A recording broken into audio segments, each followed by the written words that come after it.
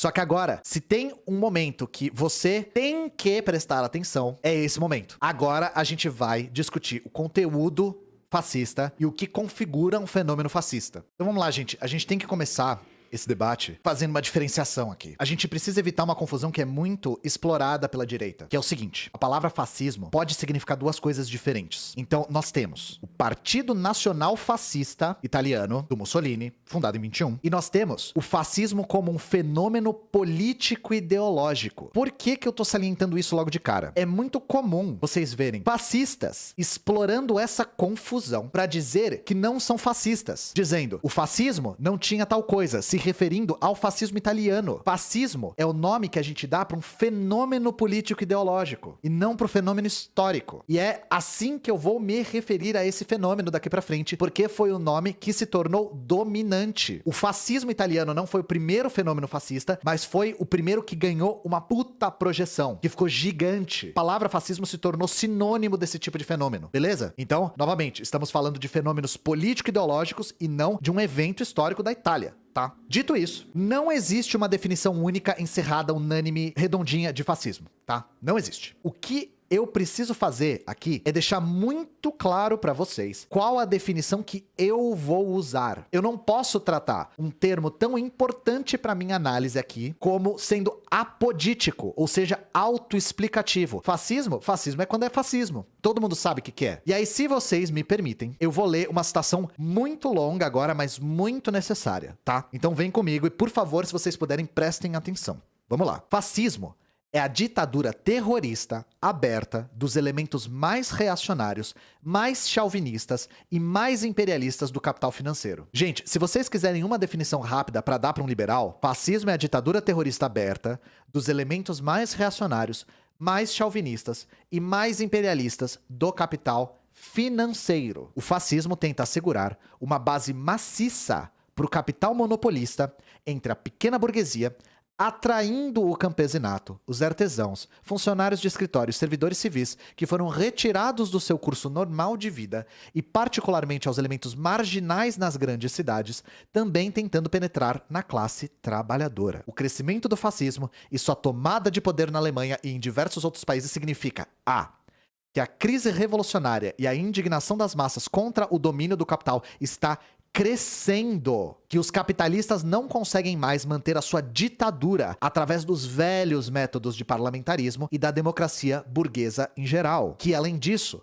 os métodos do parlamentarismo e da democracia burguesa em geral estão se tornando um obstáculo aos capitalistas, tanto na política nacional, abre parênteses, a luta contra o proletariado, fecha parênteses, quanto na política externa, abre parênteses, guerra pela partilha imperialista do mundo, fecha parênteses. Que tendo isso em vista, o capital é compelido a passar para uma ditadura terrorista aberta dentro do país e ao chauvinismo irrestrito na política externa, o que representa uma preparação direta para guerras imperialistas. Nascido no útero da democracia burguesa, o fascismo nos olhos dos capitalistas é uma forma de salvar o capitalismo do colapso. Ele apenas serve para enganar e desarmar os trabalhadores que a social-democracia nega a fascistização da democracia burguesa e delineia um contraste de princípio entre países democráticos e países de ditadura fascista. Por outro lado, a ditadura fascista não é um estágio inevitável da ditadura da burguesia em todos os países.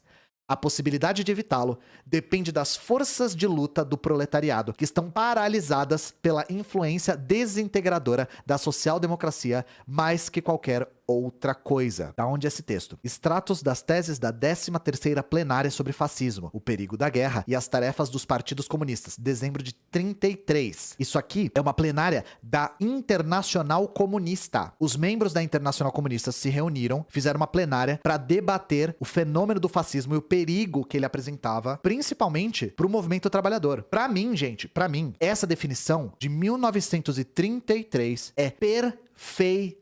Perfeita. E ela é tão perfeita que ela fala assim, ó, representa uma preparação direta para guerras imperialistas. O que aconteceu na mesma década? E é disso que a gente fala quando a gente sempre salienta que os comunistas, os soviéticos, sabiam que ia acontecer uma guerra. Então, levem em consideração todos esses elementos no nosso debate daqui pra frente. E aí eu levantei alguns pontos basilares aqui que a gente tem que lembrar. Então vamos lá. O fascismo é um fenômeno político ideológico, não é um fenômeno histórico, é um fenômeno político ideológico. O fascismo é de massas, sempre. O fascismo é conservador, reacionário. O fascismo é chauvinista. O que é chauvinismo? Chauvinismo é um nacionalismo irracional, apaixonado e que tem uma rejeição sistemática por tudo que é estrangeiro. E o fascismo é invariavelmente um movimento de defesa do capitalismo. Isso são coisas que o fascismo é sempre.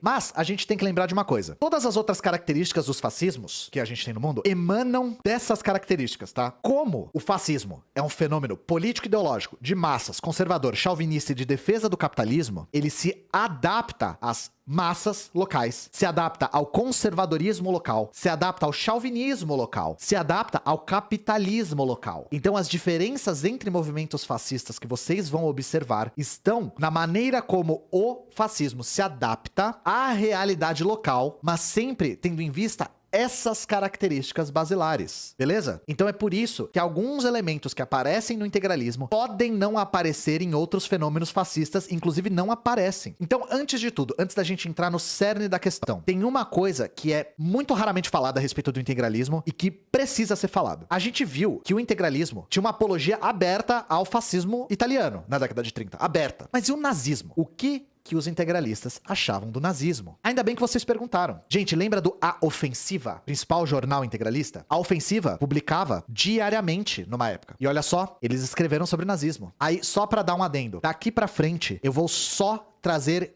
evidências, tá? Eu não vou só falar, o integralismo fazia isso. Eu vou demonstrar que o integralismo fazia isso. Todos os pontos que eu for abordar das características do integralismo, eu vou trazer documentação primária. Vamos ler o jornal A Ofensiva. Salvando a Alemanha da estagnação moral em que jazia, libertando-a dos perigos que já eram mais do que próximos, do comunismo internacionalista, o regime inaugurado pelo chanceler Adolf Hitler atendeu às mais prementes necessidades alemãs, dando-lhes a um só tempo extraordinárias forças, tanto da reação como de construção, para restabelecer a normalidade da vida interna da Alemanha. O nazismo agiu de um modo consagrador, enfrentou corajosamente todos os problemas que se lhe apresentavam, exigindo rápidas soluções.